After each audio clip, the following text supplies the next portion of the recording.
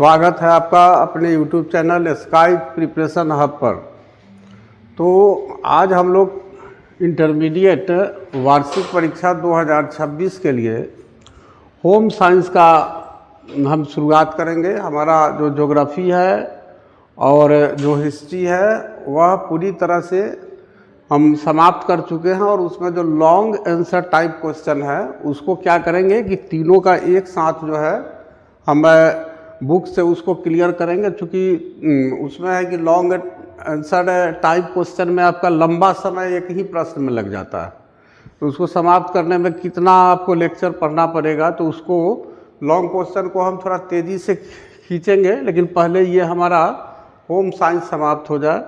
तो चलिए, आज आप लोगों को बधाई है कि हमारा 100 जो सब्सक्राइबर है वो पूरा हो गया है। और यदि हम लोग टारगेट रखें कि सभी लोग अगर 5-5 सब्सक्राइबर्स और हम लोग अपने शेयर करें और अपने फ्रेंड्स के पास भेज करके, और तो इस तरह से हमको लगता है कि बहुत जल्दी आपका सब्सक्राइबर्स पूरा हो जाएगा, व्यूज भी अच्छे आ रहे हैं। तो चलिए, आज हम स्टार्ट करते हैं 12 वार्षिक परीक्षा 2026 के लिए।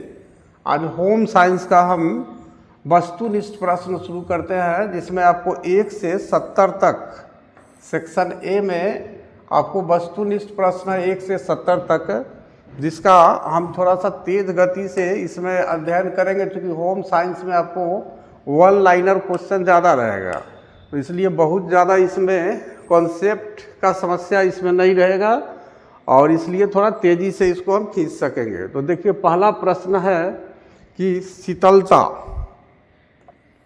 प्रदान करने वाला रंग का प्रयोग किस रूप में करना चाहिए। शीतलता प्रदान करने वाला रंग का प्रयोग किस रूप में करना चाहिए। शीतलता का मतलब होता है कि हम कह सकते हैं कि ऐसा नहीं है कि हम अपने कमरे में अगर बल्ब जलाते हैं तो हमें एयर कंडीशन की तरह हमें ठंडक महसूस होगी। जैसे आपको मानसिक शांति मिले, आपकी आँखों पर वह रोशनी आपको बहुत ज़्यादा आपका असर नहीं डाले और आपको उस लाइट में मानसिक शांति आपको महसूस हो, तो वह कौन सा कलर है, तो वो जिसका हम प्रयोग करेंगे शीतलता प्रदान करने के लिए। शीतलता यानी एक मानसिक ठंडक प्रदान करने के लिए। तो किस में आप लगाना चाहेंगे? किचन में लगाना चाहेंगे कि ड्राइंग रूम में उस तरह का लाइट, उस कलर का लाइट लगाना चाहेंगे, या बाथरूम में उस कलर का लाइट लगाना चाहेंगे? तो बिल्कुल हम शयन कक्ष चाहेंगे कि हम अपने बेडरूम में शीतलता प्रदान करने वाला रंग का प्रयोग हम करें, जो रंग हमें मानसिक और शारीरिक दोनों प्रकार का शांति प्रदान करे और हमें अच्छी नींद आए। क्योंकि शयन कक्ष जो है हमारा, उसमें हम क्या करते हैं, उसमें हम सोने का काम करते हैं। तो इस तरह से शीतलता प्रदान करने वाला रंग का प्रयोग किस रूप में करना चाहिए, तो शयन कक्ष में करना चाहिए। नेक्स्ट है दूसरा प्रश्न, निम्न में से कौन गर्म रंग है। अब ये 4 कलर का नाम दिया है, नीला, पीला, हरा और लाल। तो इसमें से सबसे गर्म रंग कौन सा है? तो जिस रंग का तरंग दैर्घ्य सबसे ज़्यादा होता है, लाल रंग का तरंग दैर्घ्य सबसे ज़्यादा होता है और इसलिए लाल रंग को ये सबसे गर्म रंग माना जाता है। लाल कलर का अगर ये आप चारों कलर का बल्ब अपने किसी कमरे में जला दीजिए तो सबसे अधिक गर्मी आपको लाल कलर का जो बल्ब है वही आपको प्रदान करेगा। तो इसलिए निम्न में से कौन गर्म रंग है, तो लाल जो है वो गर्म रंग है। उसके बाद नेक्स्ट हम लोग देखते हैं, ये व्यवहारिक जीवन से संबंधित प्रश्न है। ये वन लाइनर, इसमें मैक्सिमम क्वेश्चन मिलेगा, इसलिए हम लोग कोशिश करेंगे कि आज हम ऑब्जेक्टिव आज के लेक्चर में थोड़ा लंबा भी हो तो हम इसको पूरा कर दें। एक दिन में कितने घंटे एटीएम द्वारा पैसे निकाले जा सकते हैं? एक दिन में कितना घंटा आप एटीएम से पैसे निकाल सकते हैं? तो एक दिन में आपका एक दिन का जो ट्रांजैक्शन होता है, यहाँ एक दिन से मतलब एक ट्रांजैक्शन से है आपका, मतलब एक दिन का जो लिमिट है एटीएम से पैसा निकालने का, तो वो जो लिमिट है वो लिमिट आपका 24 घंटे का होता है।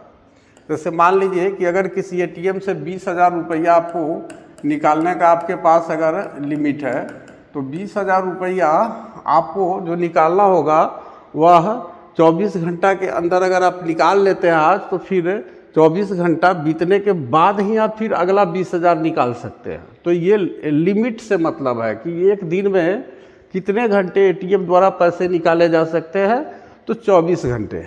इस तरह से हम नेक्स्ट क्वेश्चन की तरफ चलते हैं।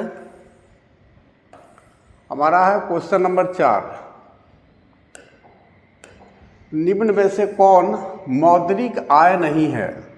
निम्न में से कौन मौद्रिक आय नहीं है? मौद्रिक आय का अर्थ होता है, मौद्रिक का मतलब होता है ऐसा आय जिससे मुद्रा आपको मिलता है। ये मुद्रा के रूप में प्राप्त आय, मौद्रिक आय उसी को कहा जाएगा। मौद्रिक आय का अर्थ हुआ मुद्रा के रूप में प्राप्त आय।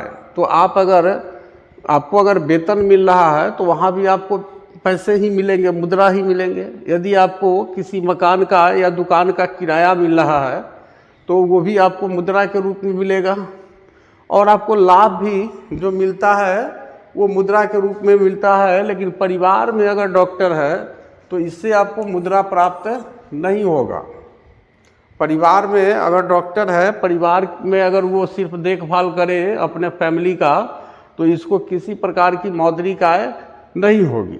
तो इस तरह से ये निम्न में से कौन मौद्रिक आय नहीं है, तो परिवार में डॉक्टर, इस पर हम टिक लगाएंगे। ये कॉमन सेंस से रिलेटेड होम साइंस में आपका मैक्सिमम प्रश्न रहेगा, लेकिन फिर भी इसको हम 4-5 जो PYQ है उसको हम एक्सप्लेन करके देख लेंगे, ताकि एग्ज़ाम में आपका कोई प्रश्न छूटे नहीं। और हम चाहते हैं कि हमारे चैनल से जो लोग भी इंटरमीडिएट की तैयारी कर रहे हैं उनका बिहार में सबसे टॉप मार्क्स आना चाहिए। नहीं आता है तो फिर ये परेशानी वाली बात।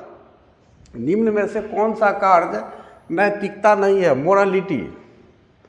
कौन सा कार्य मोरालिटी नहीं है? नैतिकता।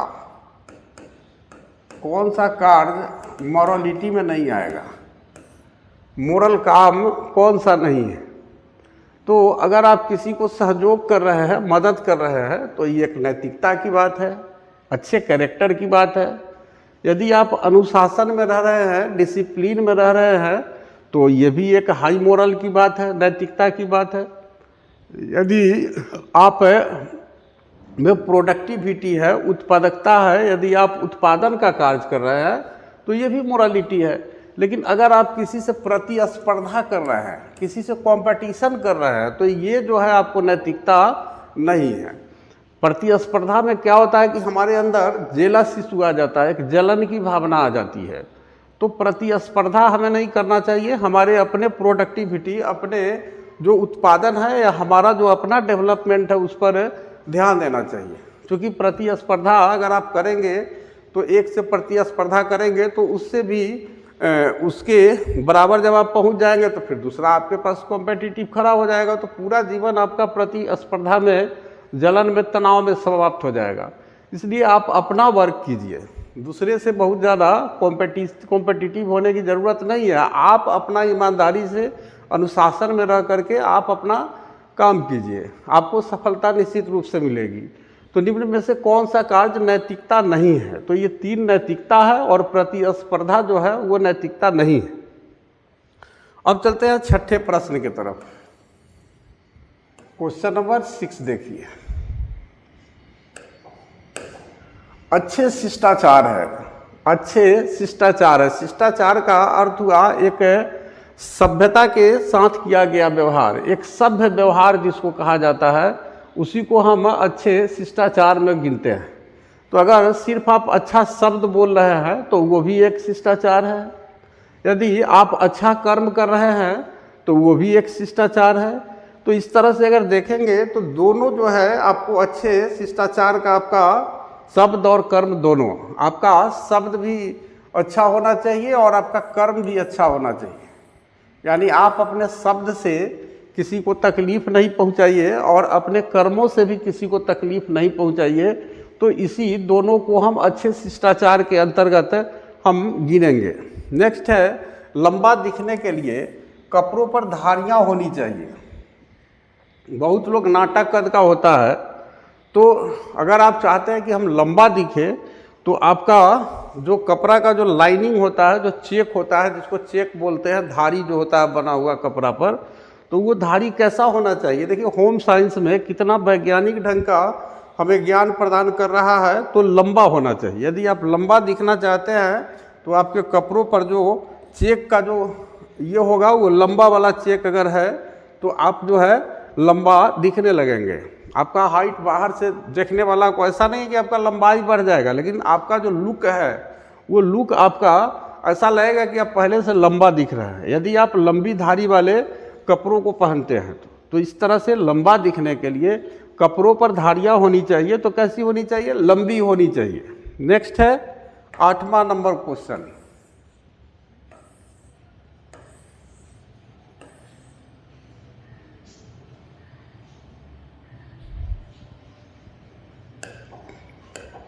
निम्न में से कौन एक प्राकृतिक रेशा नहीं है? प्राकृतिक रेशा निम्न में से कौन नहीं है? तो जैसा कि आप जान रहे हैं कि जो कपास है ये एक प्राकृतिक रेशा है, क्योंकि कपास की खेती की जाती है। ऊन जो है वो भी आपको प्राकृतिक रेशा है, क्योंकि ऊन को मानव नहीं बनाता है, यह भी भेड़ में आपको प्राकृतिक रूप से पाया जाता है। उसके बाद जो आपका डी है, रेशम है, तो रेशम के साथ भी आप देखिएगा तो इसका भी आपको प्राकृतिक रूप से तैयार होता है। तो ये आपको नायलॉन जो है इसको बनाया जाता है, ये कृत्रिम रेशा है, ये प्राकृतिक रेशा नहीं है, ये कृत्रिम रेशा है। अब एक बात बताइए कि इसी से आपका अति लघु उत्तरीय प्रश्न अगर पूछ दे, शॉर्ट आंसर टाइप क्वेश्चन में अगर पूछ दे कि किन्हीं दो प्राकृतिक रेशों के नाम लिखे, तो आप लिखिएगा कि दो प्राकृतिक रेशा निम्नलिखित है, एक में कपास एक में ऊन दे सकते हैं। 3 कहेगा तो कपास, ऊन और रेशम दे देंगे। तो ये 3 हमारा नेचुरल फाइबर है, प्राकृतिक रेशा है। और ये नाइलॉन जो है ये आर्टिफिशियल फाइबर है। इसको क्या किया जाता है कि ये बनाया जाता है, ये मानव निर्मित मनुष्य के द्वारा बनाया गया रेशा है, कृत्रिम रेशा है ये। तो निम्न में से कौन एक प्राकृतिक रेशा नहीं है? तो नायलॉन। इसको प्रकृति नहीं बनाता है, ये मानव निर्मित है। अगला प्रश्न, सूती कपड़ा धोने का पहला कदम है। सूती कपड़ा अगर आप धोना चाहते हैं तो सबसे पहले आप कौन सी प्रक्रिया आप अपनाएंगे? तो सबसे पहले हम उसको क्या करेंगे? पहले उसको भिगोएंगे। ये सीधी बात है। कपड़ों पर नील तथा कलफ लगाना। अब ऐसा थोड़े है कि धोने के पहले ही उस पर हम नील और कलफ लगा देंगे, या धोने के पहले हम उसको सुखा देंगे, या धोने के पहले इस्त्री कर देंगे। तो ये कॉमन सेंस की बात है कि पहले हमको पहला कदम हमारा होगा कपड़े को भिगोना। तो इसमें क्या कॉन्सेप्ट हो सकता है? ये इसमें कोई लंबा कॉन्सेप्ट नहीं है। नेक्स्ट क्वेश्चन देखिए,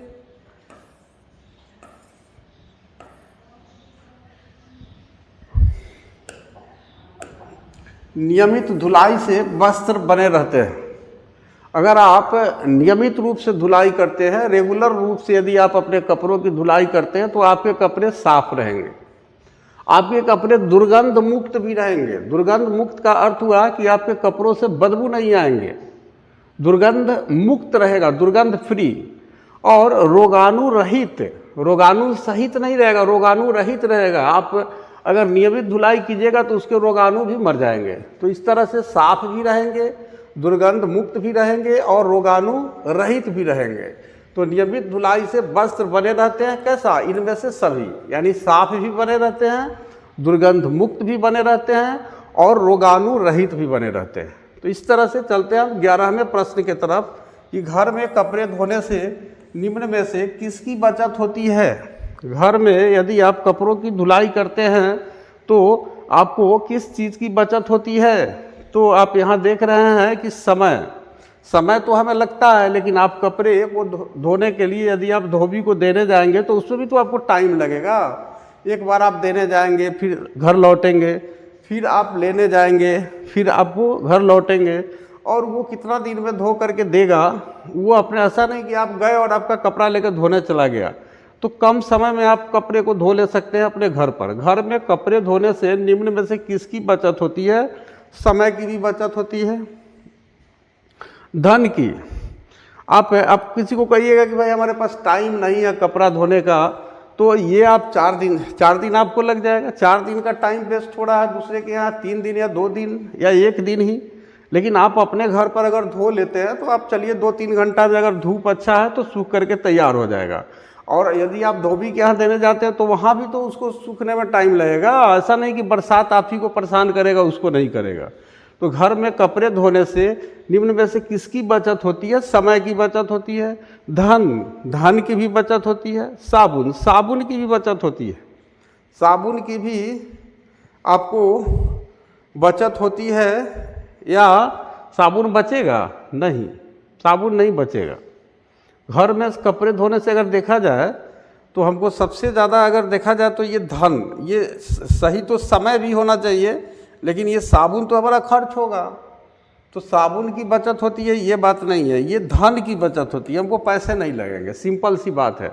घर में कपड़े धोने से जैसे आपका होता क्या है कि ऑब्जेक्टिव में आपको 2-3 भी विकल्प सही रहता है, लेकिन उसमें से जो सबसे सही विकल्प होता है वो हमें उत्तर के रूप में सेलेक्ट करना होता है। तो घर में कपड़े धोने से निम्न में से किसकी बचत होती है? तो धन की बचत होती है। उसके बाद चलते हैं नेक्स्ट 12 नंबर क्वेश्चन पर।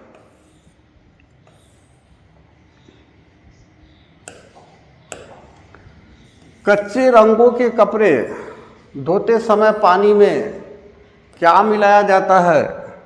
कच्चे रंगों के कपड़े धोते समय पानी में क्या मिलाया जाता है? तो सिरका मिलाया जाता है। कच्चे रंगों के कपड़े धोते समय पानी में क्या मिलाया जाता है? तो पानी में ये सिरका मिलाया जाता है।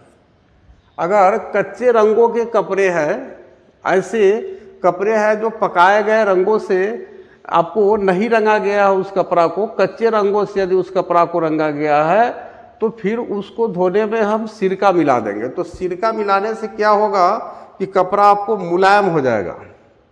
ये सिरका मिलाने से क्या हो जाएगा? पहला आपका काम होगा कि कपड़े मुलायम हो जाएंगे।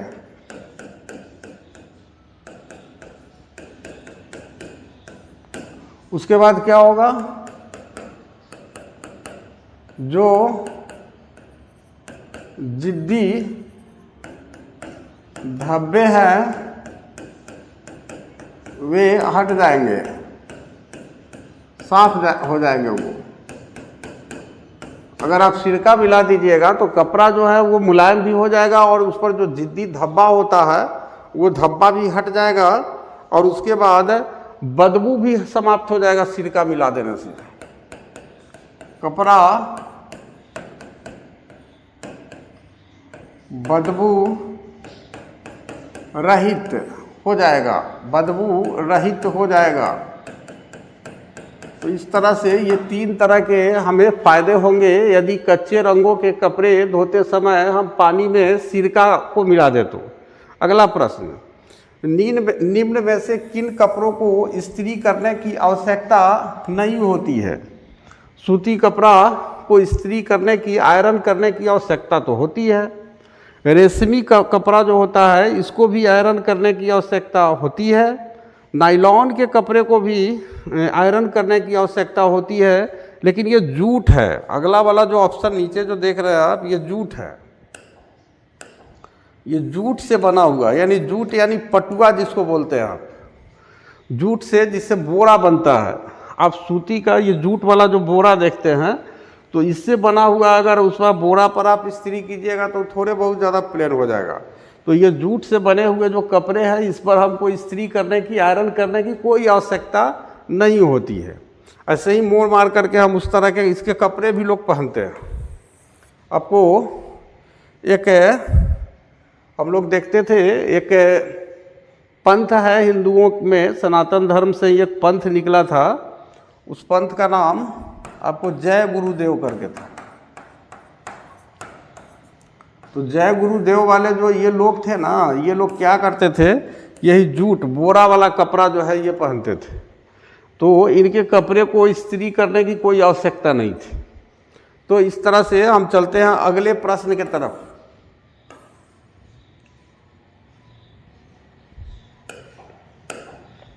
रक्त का धब्बा किस वर्ग में आता है? रक्त का धब्बा किस वर्ग में आता है? रक्त यानी ब्लड, ब्लड का जो दाग है वह किस वर्ग में आएगा? तो ब्लड खनिज के धब्बा में तो आएगा नहीं, चिकनाई के धब्बा में भी नहीं आएगा, वनस्पति से जो धब्बा प्राप्त होता है उसमें भी नहीं आएगा, तो प्राणिज धब्बा में आएगा। प्राणिज मतलब कि जीव जंतुओं में ही ब्लड पाया जाता है, तो उसी से ब्लड निकलेगा और आपके कपड़ों में, आपके शरीर में आपको उसका धब्बा आ जाएगा। तो रक्त का धब्बा किस वर्ग में आता है? तो प्राणिज धब्बा है। ये किस प्रकार का धब्बा है? प्राणिज धब्बा, क्योंकि ये पेड़ पौधों से रक्त नहीं निकलता है, चिकनाई वाला धब्बा नहीं है ये। और ये खनिज जो ज़मीन के नीचे से खोद कर निकालते हैं हम, उससे भी ब्लड नहीं निकलता, तो प्राणियों में ही ब्लड पाया जाता है। तो ये एक प्रकार का प्राणिज धब्बा है। नेक्स्ट देखिए, निम्न में से कौन स्कूल में पहना जाने वाला वस्त्र है? स्कूल में पहने जाना वाला वस्त्र, खिलाड़ियों के वस्त्र, ये भी स्कूल में पहने जाते हैं। एनसीसी के वस्त्र, इसको भी स्कूल में पहना जाता है। यूनिफॉर्म, इसको भी स्कूल में पहना जाता है। तो इस तरह से अगर देखा जाए तो स्कूल में पहना जाने वाला जो वस्त्र है ये सभी है। खिलाड़ियों के वस्त्र भी पहने जाते हैं, ये डी वाला ऑप्शन सही हो जाएगा नीचे, इनमें से सभी, यानी खिलाड़ियों के वस्त्र भी स्कूल में पहना जाता है, एनसीसी के वस्त्र भी स्कूल में पहने जाते हैं, और यूनिफॉर्म ये तो पहने ही जाते हैं, निश्चित रूप से ये पहने जाते हैं। तो इनमें से सभी इसका आंसर हो जाएगा। उसके बाद हम चलते हैं नेक्स्ट 16वें प्रश्न की तरफ। क्वेश्चन नंबर 16 देखिए आप। दाग हटाने के लिए किस विधि का प्रयोग किया जाता है? देखिए ये बिल्कुल आपके व्यवहारिक जीवन से जुड़ा हुआ प्रश्न गृह विज्ञान में, होम साइंस में पूछे जाते हैं। दाग हटाने के लिए किस विधि का प्रयोग किया जाता है? यदि दाग लग जाए तो उसको हटाने के लिए हम कौन सा विधि का प्रयोग करेंगे? तो विरंजन विधि का प्रयोग करते हैं। तो विरंजन विधि का प्रयोग करते हैं, ये आपको याद रखना है कि विरंजन विधि, दाग हटाने के लिए किस विधि का प्रयोग करते हैं? विरंजन विधि का प्रयोग करते हैं। सिक्की शिल्प में किसका प्रयोग होता है? सिक्की शिल्प में किसका प्रयोग होता है? सिक्की शिल्प में किसका प्रयोग होता है? तो सिक्की शिल्प जो है, ये शिल्प यानी हाथ से बनाया जाने वाला सामान को सिक्की कहा जाता है, ये शिल्प कहा जाता है। तो सिक्की शिल्प में घास का प्रयोग किया जाता है, यानी सिक्की शिल्पकारी जो होता है उसमें घास का उपयोग किया जाता है। तो इस तरह से नेक्स्ट हम लोग देखते हैं, अगले प्रश्न की तरफ चलते हैं। 18 नंबर, कैल्शियम प्राप्ति का स्रोत है। कैल्शियम आपको किस चीज़ से प्राप्त होता है? तो कैल्शियम अगर आपको देखा जाए तो दूध से भी कैल्शियम हमें प्राप्त होता है, दही से भी हमें कैल्शियम प्राप्त होता है, और पनीर से भी हमें कैल्शियम प्राप्त होता है। तो ये सभी दूध से बने हुए जितने भी उत्पाद हैं, जितने भी प्रोडक्ट है, सबसे हमें कैल्शियम की प्राप्ति होगी। तो कैल्शियम प्राप्ति का स्रोत है दूध, दही, पनीर। क्या हो जाएगा आंसर? इनमें से सही, इनमें से सभी के सभी में कैल्शियम पाए जाते हैं। बच्चों में अस्थायी दांत की संख्या कितनी होती है? अस्थायी, टेम्पोररी टीथ जिसको कहा जाएगा, यानी वैसे दांत जो अस्थायी होते हैं, टेम्पोररी होते हैं, खास समय के बाद ये दांत टूट जाते हैं। तो बच्चों में जो अस्थायी दांत होते हैं इसकी संख्या कितनी होती है? 20 दांत होते हैं। 20 दांत ऐसे होते हैं जो टूट जाते हैं और उस जगह फिर जो है दूसरे नए दांत आपको निकलते हैं। तो याद रखिएगा कि बच्चों में अस्थायी दांत की संख्या कितनी होती है? तो 20 होती है। अब बताइए कि अगर आपसे क्वेश्चन पूछ दे कि अस्थायी दांत की संख्या कितनी होती है, तो सीधा जो बच गया वो अस्थायी होगा। जब अस्थायी 20 है तो जो बच गया यानी 32 दांत है तो 12 अस्थाई हो जाएंगे। किसी किसी में आपको 28 दांत भी पाए जाते हैं किसी किसी में। तो इस तरह से हम 8 से 12 तक ले सकते हैं अस्थाई दांत में। तो बच्चों में अस्थाई दांत की संख्या कितनी होती है, टेम्पोररी दांत की संख्या कितनी होती है, तो 20 होती है। उसके बाद हम चलते हैं अगले प्रश्न की तरफ।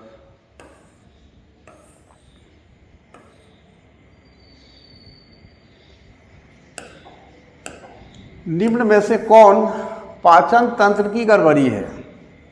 डाइजेस्टिव सिस्टम में गड़बड़ी आपको कैसे पता चलेगा कि पाचन तंत्र में गड़बड़ी है? हमारे डाइजेस्टिव सिस्टम, किसी मनुष्य के पाचन तंत्र में गड़बड़ हो गया है, इसका पता हमें कैसे चलेगा? तो पाचन तंत्र में अगर गड़बड़ी का पता देखा जाए तो यदि आपको कब्ज हो रहा है तो इससे भी हमें पता चलेगा कि पाचन तंत्र में गड़बड़ी है।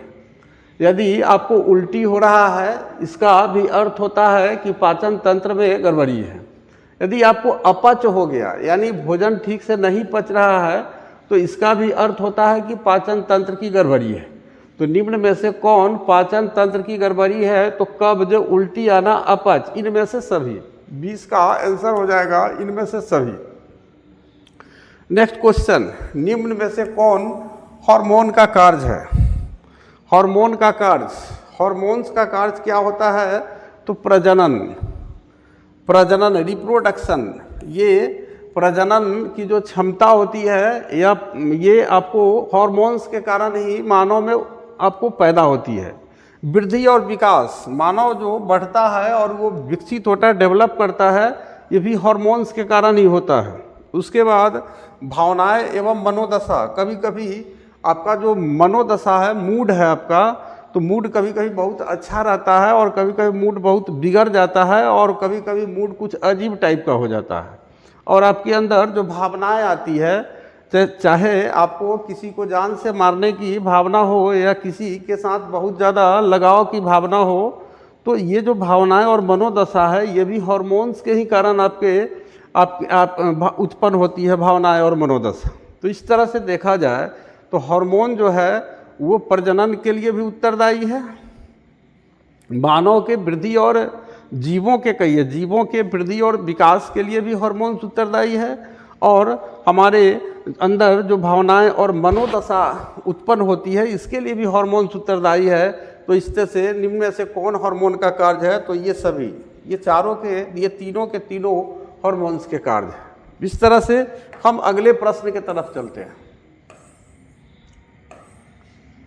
हम देखते हैं क्वेश्चन नंबर 22, खाना पकाने की कौन सी विधि सबसे कम स्वास्थ्यप्रद है? यानी कौन सा विधि है जो सबसे कम स्वास्थ्यप्रद है? यदि आप खाना पकाते हैं तो आप गहरा तलते हैं, आप भुनाई करते हैं, आप उबालते भी हैं और भाप से भी हम पकाते हैं। तो इसमें से कौन सी विधि सबसे कम स्वास्थ्यप्रद है? यानी सबसे ज़्यादा नुकसान हमें इसमें किससे होता है?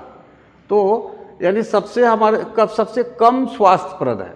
यानी अगर आप भूनते हैं तो भी आपका हेल्थ इससे ठीक रहेगा। गहरा तलना जो है ये सबसे कम स्वास्थ्यप्रद है, सबसे कम हेल्दी अगर कहिएगा तो गहरा तल करके अगर आप किसी खाना को पकाते हैं तो ये सबसे कम स्वास्थ्यप्रद होता है, यानी आपके स्वास्थ्य के लिए सबसे कम उपयोगी होता है। और उससे बेहतर है कि आप भुनिए या उबाल कर खाइए या भाप से पका करके खाइए, तो ये जो है तलने से ज़्यादा स्वास्थ्यप्रद होगा।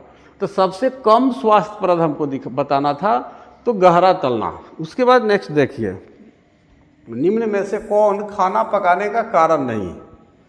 खाना पकाने का कारण निम्न में से कौन नहीं है?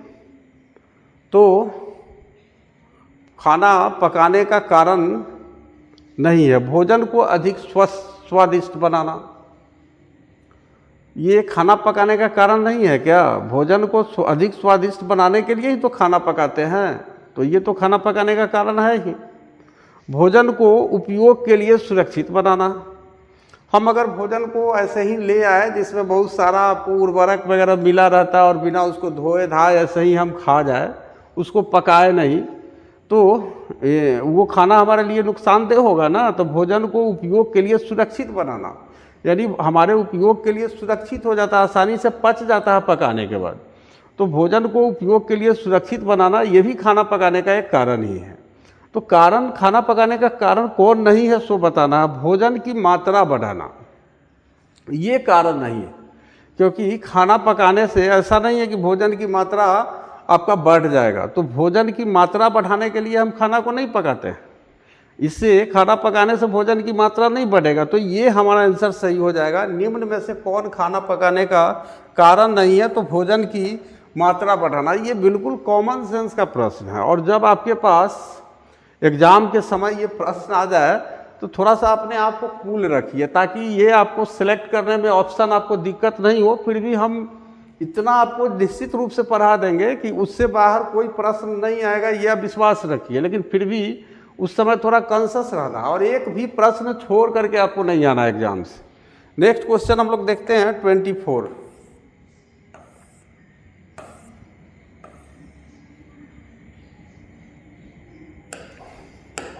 निम्न में से कौन प्रोटीन का सबसे समृद्ध स्रोत है? प्रोटीन का सबसे समृद्ध स्रोत है, यानी कहने का अर्थ है कि प्रोटीन इस चारों से प्राप्त होती है हमें, लेकिन सबसे समृद्ध कौन सा स्रोत है? यानी सबसे ज़्यादा प्रोटीन हमें किससे प्राप्त होती है? तो सबसे ज़्यादा प्रोटीन हमको इसमें सोयाबीन से प्राप्त होती है। देखिए, उड़द दाल से भी प्रोटीन हमें प्राप्त होती है, दाल जितना भी है सबसे प्रोटीन प्राप्त होती है। मटर दाना से भी हमें प्रोटीन प्राप्त होती है, अरहर दाल से भी हमें प्रोटीन प्राप्त होती है, लेकिन सबसे अधिक प्रोटीन की अगर बात किया जाए तो सोयाबीन से प्राप्त होती है। तो निम्न में से कौन प्रोटीन का सबसे समृद्ध स्रोत है? तो हमारा आंसर हो जाएगा सोयाबीन। अब उसके बाद अगला प्रश्न देखिए, निम्न में से कौन खाद्य पदार्थों में मिलावट का पता लगाने की विधि है? खाद्य पदार्थ में, किसी खाने की चीज़ में अगर किसी दूसरे पदार्थ का मिलावट कर दिया गया है तो उसकी कौन सी विधि है? कैसे आप पता कीजिएगा कि इसमें मिलावट हो गई है? तो एक दृश्य परीक्षण, यानी आप देख करके जांच कर सकते हैं कि इसमें कुछ मिलावट है कि नहीं। सबसे पहला काम उसको आप देखिए। अगर देखने से अगर आपको पता नहीं चले तो फिर उसका रासायनिक परीक्षण कीजिए, केमिकल इसका टेस्ट कीजिए प्रयोगशाला में ले जा करके। अगर इससे भी, उसके बाद भौतिक परीक्षण भी हम कर सकते हैं, उसको दबा करके भौतिक परीक्षण, उसको इधर उधर करके हम खाना को, और तब हम उसको ठीक से देख करके, वही भौतिक परीक्षण हुआ। तो आप देख करके भी परीक्षण कर सकते हैं कि खाना में मिलावट है कि नहीं। रासायनिक परीक्षण से भी हम खाद्य पदार्थों में मिलावट का पता कर सकते हैं, केमिकल टेस्ट से। उसके बाद भौतिक परीक्षण, उसको ठीक से हम उसको इधर उधर खाद्य पदार्थ को करके और गहन ढंग से देख करके भी हम उस मिलावट का पता लगा सकते हैं। तो इस तरह से ये तीनों का तीनों विधि जो है हम उपयोग कर सकते हैं खाद्य पदार्थों में मिलावट का पता लगाने के लिए। तो इस तरह से ये हमारा आंसर डी हो जाएगा। उसके बाद चलते हैं नेक्स्ट क्वेश्चन, क्वेश्चन नंबर 26। निम्न में से कौन शीघ्र नष्ट होने वाला खाद्य पदार्थ है? कौन सा खाद्य पदार्थ है जो बहुत जल्दी आपका खराब हो जाएगा, बहुत जल्दी आपका नष्ट हो जाएगा? तो 4 ऑप्शन दिया है, इसी चारों में से हमें एक आंसर चुनना है। तो आप जानते हैं कि चना लंबा समय तक हम सुरक्षित रखते हैं, मैदा भी कुछ दिन तक सुरक्षित रहता है, चावल जो है ये भी सुरक्षित रहेगा, लेकिन दूध अगर आप लंबा समय तक रखते हैं तो ये फट जाएगा या फिर उसमें बदबू आ जाएगा। तो निम्न में से कौन शीघ्र नष्ट होने वाला खाद्य पदार्थ है? तो दूध, ये दूध पर टिक लगा देंगे आप।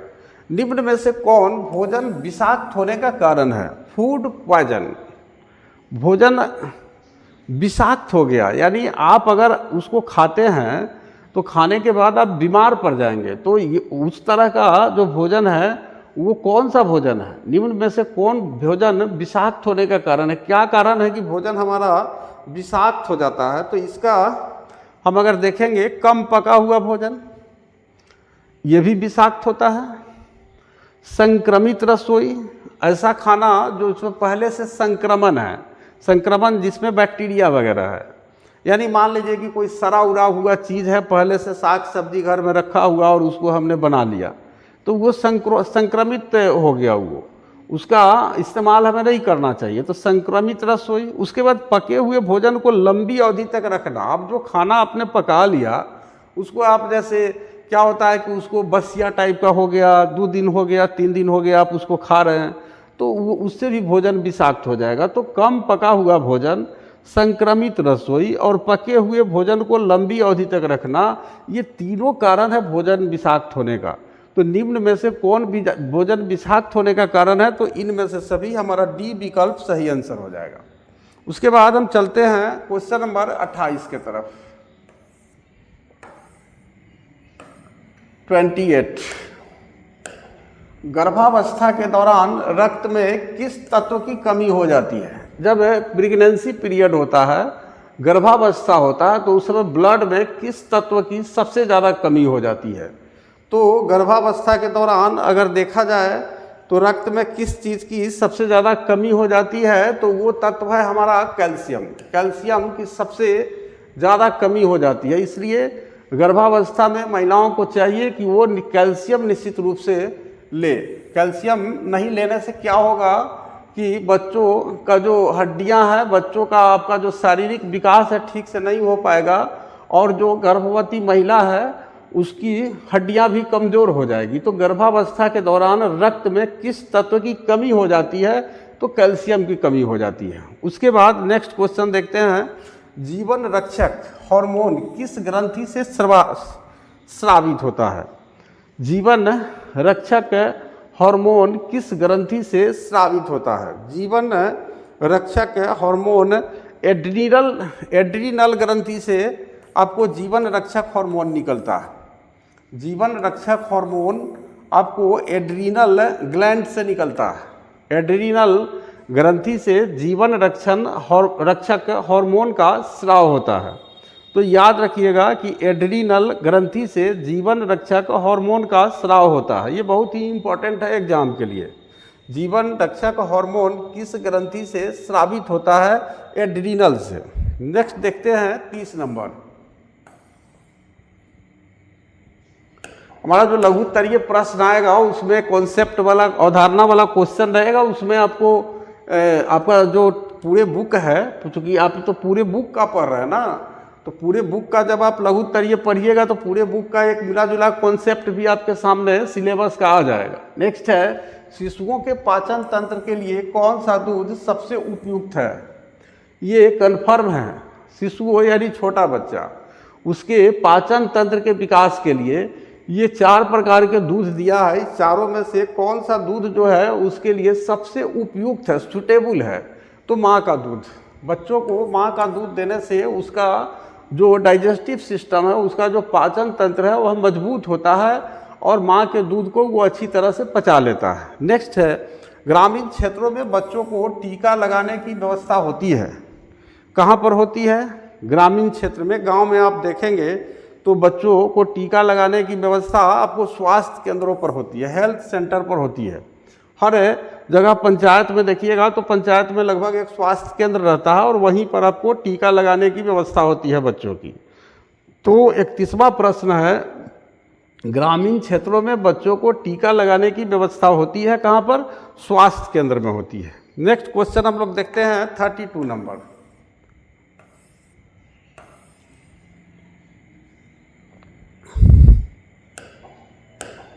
शारीरिक विकास की सबसे महत्वपूर्ण अवस्था है। शारीरिक विकास की सबसे महत्वपूर्ण अवस्था है, जो हमारा शरीर डेवलप करता है वह किस अवस्था में सबसे तेज़ी से डेवलप करता है? तो वो बाल्यावस्था, यानी जो बच्चा शैशवावस्था में है, यानी जब तक माँ का दूध पी रहा है, तो वो अवस्था आपका शैशवावस्था है। और शैशवावस्था से जैसे ही बच्चा बाल्यावस्था में प्रवेश करता है तो इस अवस्था में बच्चों का शारीरिक विकास बहुत तेज़ी से होता है। इसलिए शारीरिक विकास की सबसे जो महत्वपूर्ण अवस्था है वो बाल्यावस्था है। और इसलिए इस अवस्था में बच्चों के स्वास्थ्य पर, उसके खान पान पर बहुत ही ज़्यादा ध्यान देना चाहिए। निम्नलिखित में से किसे रेशों की रानी कहा जाता है? रेशों की रानी किसे कहा जाता है, ये इंपॉर्टेंट क्वेश्चन है, इसको आप याद रखिएगा। रेशमी, रेशमी कपड़े को रेशों की रानी कहा जाता है। रेशमी कपड़े को रेशों की रानी कहा जाता है, क्योंकि सभी कपड़े रेशों से बनती है। जैसे आमों का राजा मालदा होता है, उसी तरह से रेशों की रानी अगर कहा जाए तो रेशमी होता है, रेशम होता है। नेक्स्ट है 34।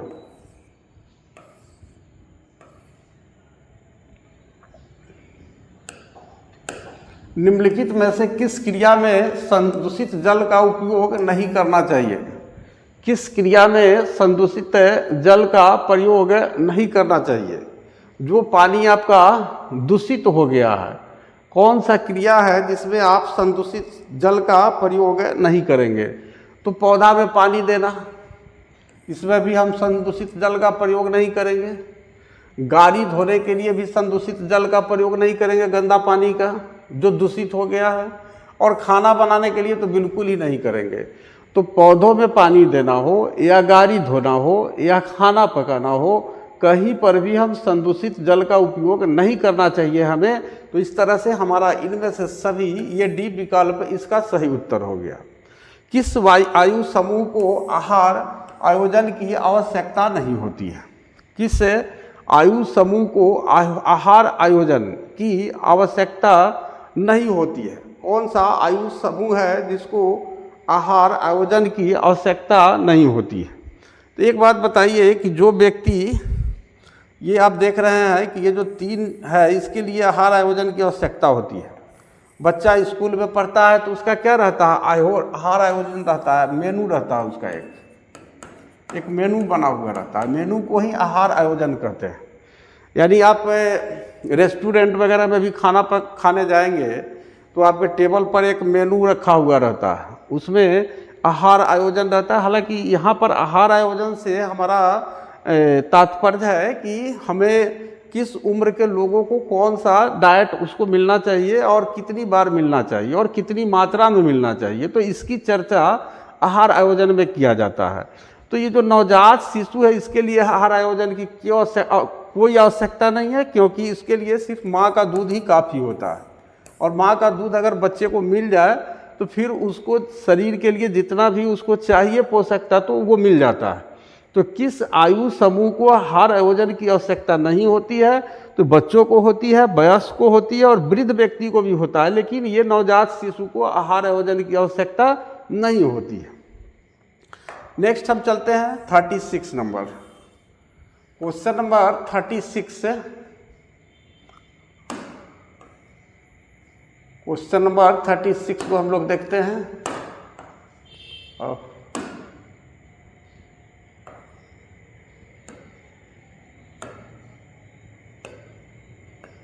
क्या हो जाता है, किसके लिए ये आपका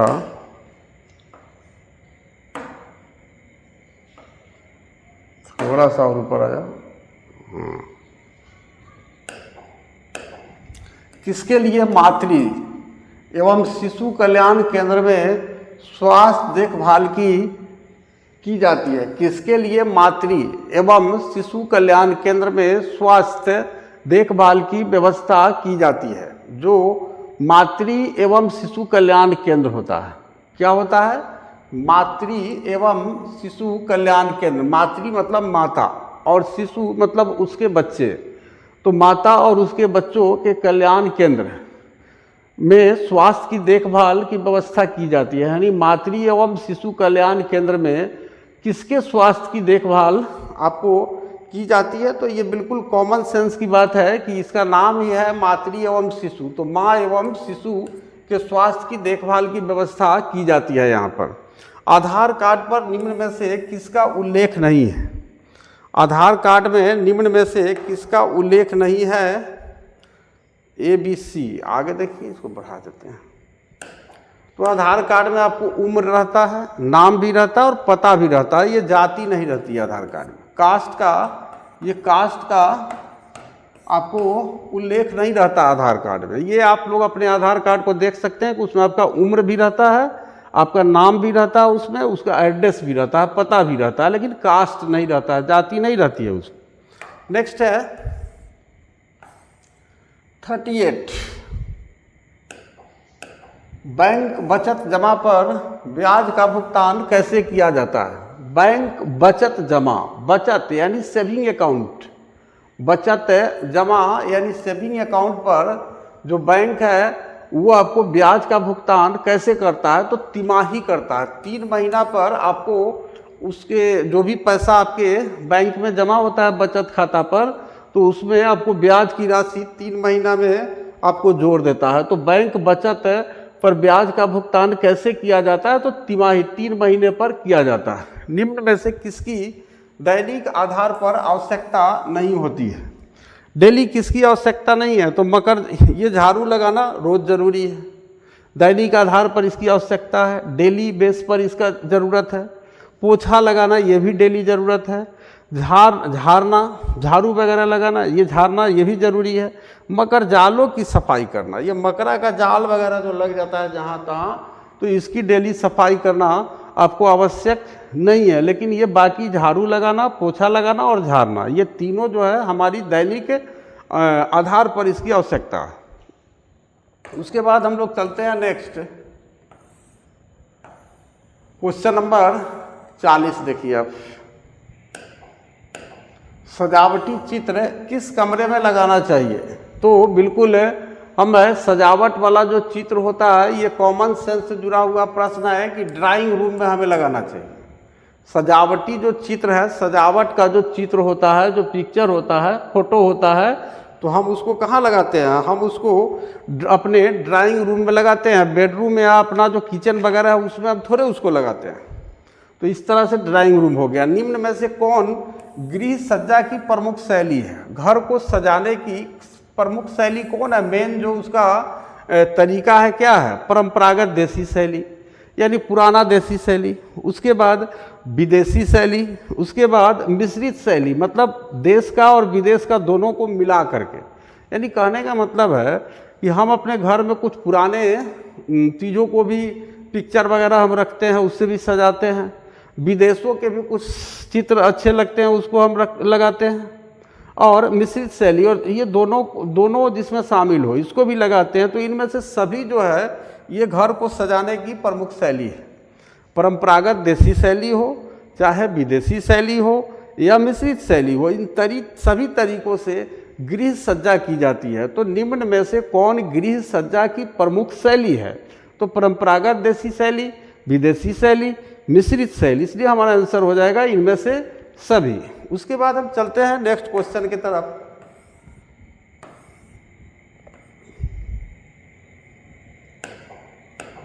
पवित्रता, शुद्धता एवं शांति का प्रतीक कौन सा रंग है।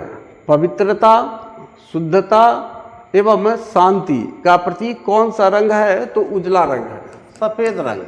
ये सफ़ेद रंग को आपको पवित्र भी माना जाता है, इसे शुद्ध भी माना जाता है, और इसको शांति प्रदान करने वाला रंग भी माना जाता है। तो पवित्रता, शुद्धता एवं शांति का प्रतीक कौन सा रंग है, तो उजला रंग है। उसके बाद हम लोग चलते हैं क्वेश्चन नंबर 43 के तरफ।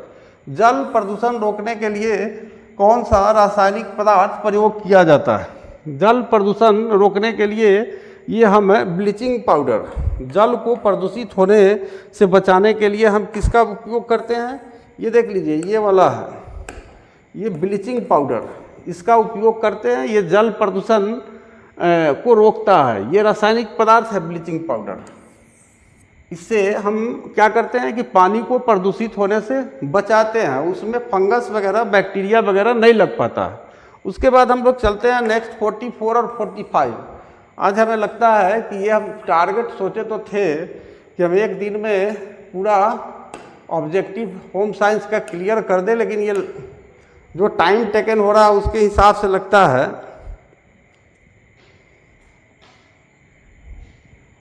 ये एक दिन में आपका पॉसिबल नहीं हो पाएगा। 25 क्वेश्चन है इसमें, तो इसलिए